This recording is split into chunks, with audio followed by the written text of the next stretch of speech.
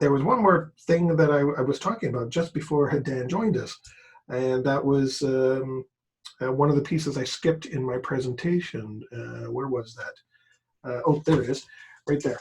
In the same section where I was talking about people, I wanted to mention one of my own experiences, and I think this is something that I had gone through as well.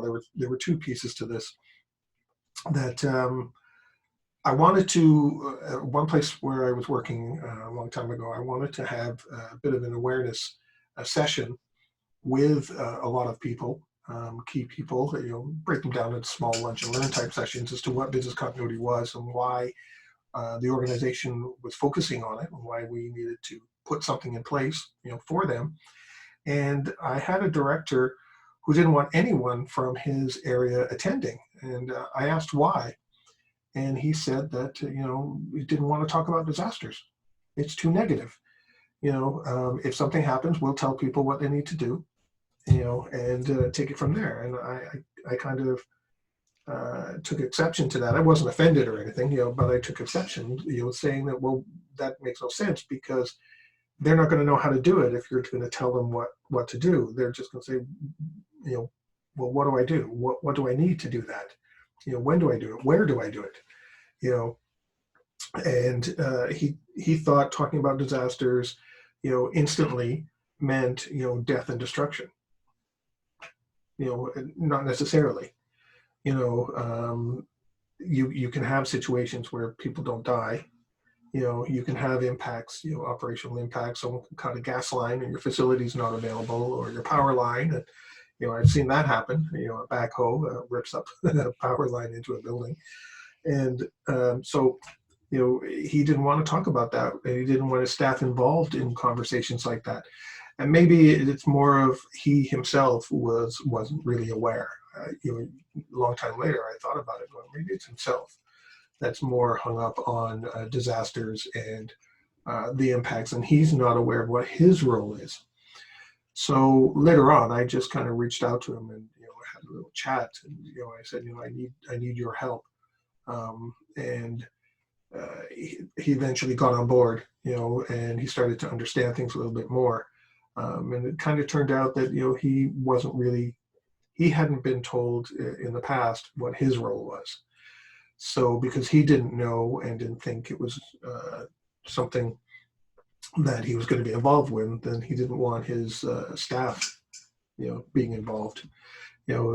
Understandable, and luckily that changed down the road, by reaching out one-on-one. And we're all going to, encounter managers and leaders like that don't want to talk about it, because let's face it, who wants to talk about death and destruction?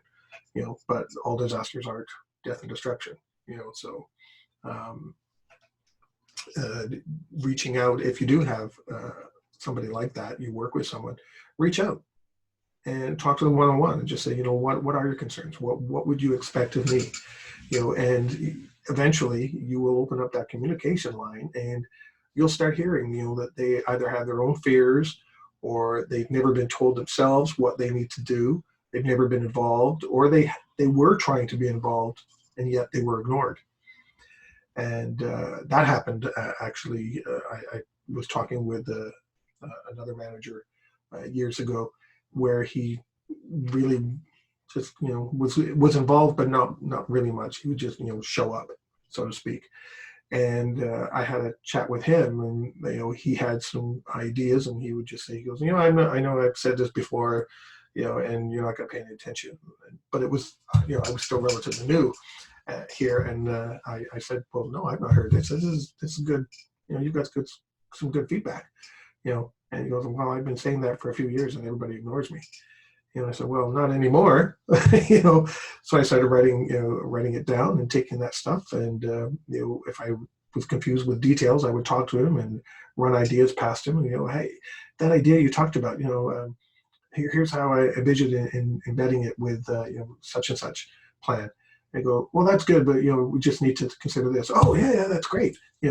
And he became more involved, and he became a really good supporter of the program. It was someone I was able to leverage. So you never know, right? And another incident where people that I didn't talk about here, and I thought it was rather interesting, is we had, you may remember the big power outage, on the East Coast, where, millions and millions and millions of people lost power for a day and a half, 2 days. Um, a situation like that, I worked at a company, and we had a power outage, around that same time. Funny enough, it wasn't too far off from there.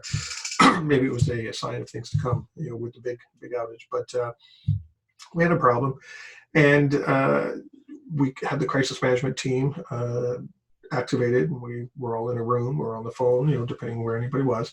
Crisis leader went through what was going on and what needed to happen, and investigate some of the things we didn't know. I was assigned a role to call our DR vendor. I was one of the main people who contacted them and initiated them, put them on awareness notice.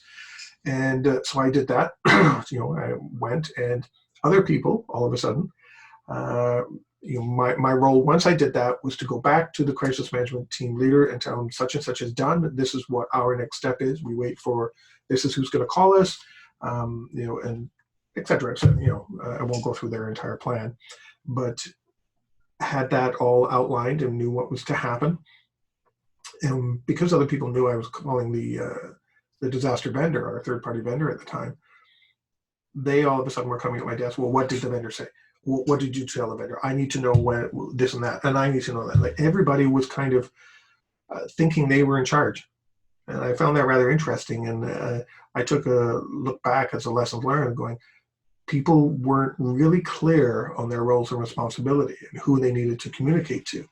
Everyone was trying to be, in charge, and if too many cooks in the kitchen spoil a dinner or a meal, it's true.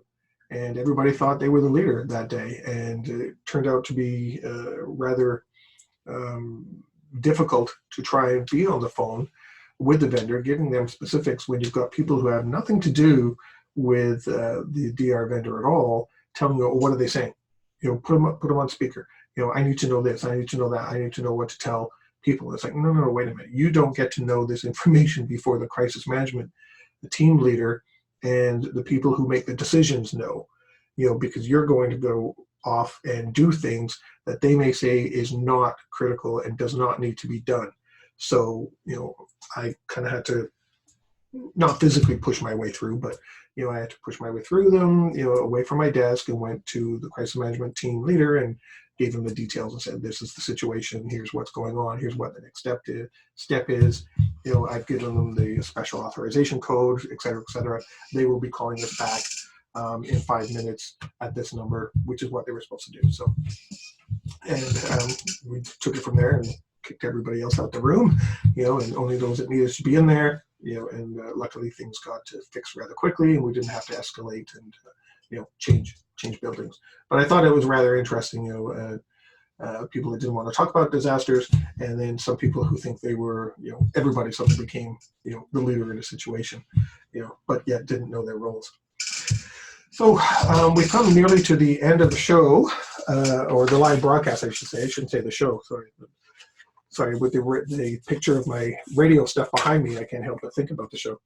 So, and I'm sure I'm going to be interviewing some of the speakers that were at CRT this year. I think there's a few that have reached out to be on the show, so I'm going to talk to them, and we're going to record an episode.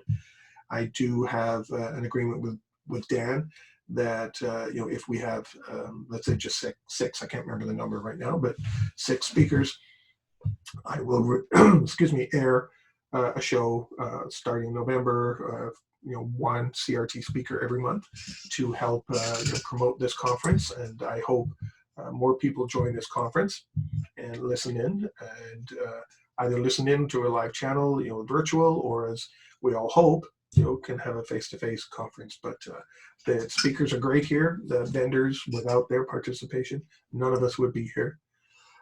So I'm going to talk with those speakers. We'll talk about some of the subjects that they presented here. But if you've ever listened to the show before, I'm a great one for going off script.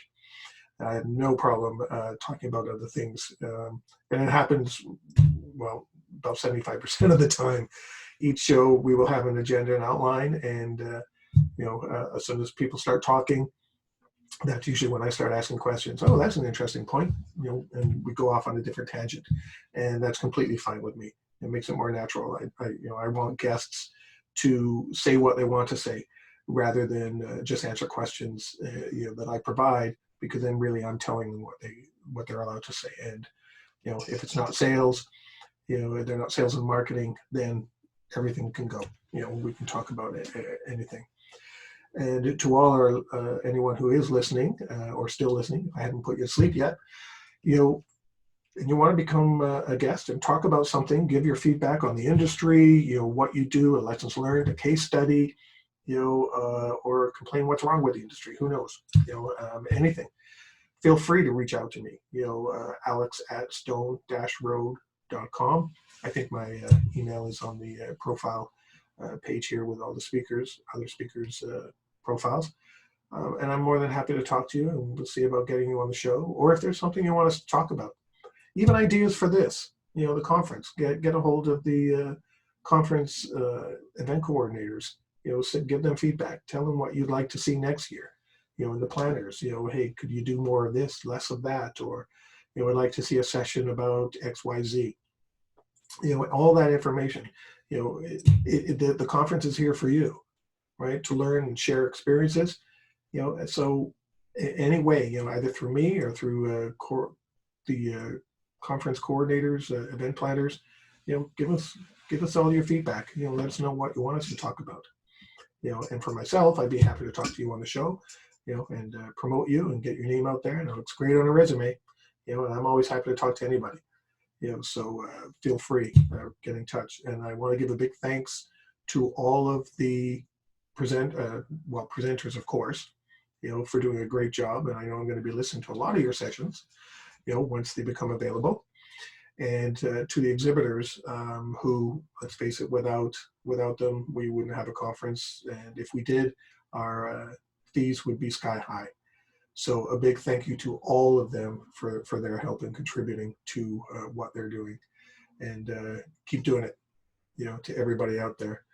And I want to thank Cole, who's still on mute, I think. Oh, no, he's not. I'm here. There we go. And I just want to thank Cole for sticking with me for these 2 days. Kind of nice to have my own executive producer, so to speak. It's my pleasure. And you know what? Thank you so much thank you so much, Alex, for being here over these 2 days. You've done a fantastic job. You should be really, really proud of yourself. It was quite a pleasure to listen to you over the last few days. Learned quite a bit. Had some really interesting conversations. Great. Well, thank you very much, Cole. And I know you're a big part of putting all this together as well. So thank you, and Dan, and all the rest of your team for bringing it all together and making it happen. And I know we still have one more session to go through, which I'm going to log off and listen to as well. But I want to make sure you guys all get the credit you deserve as well. So thank you very much. All right. Well, I think with that note, oh no, I have my last word. Sorry. I gotta have the last word. I gotta say it like I say at the end of every show that I record. Thanks for everyone for listening in, and in the meantime, stay prepared, everybody. If you liked that video, thumbs up. If you didn't like that video, thumbs down. But leave me a message and let me know your thoughts. Of course, don't forget to subscribe, and in the meantime, stay prepared, everybody.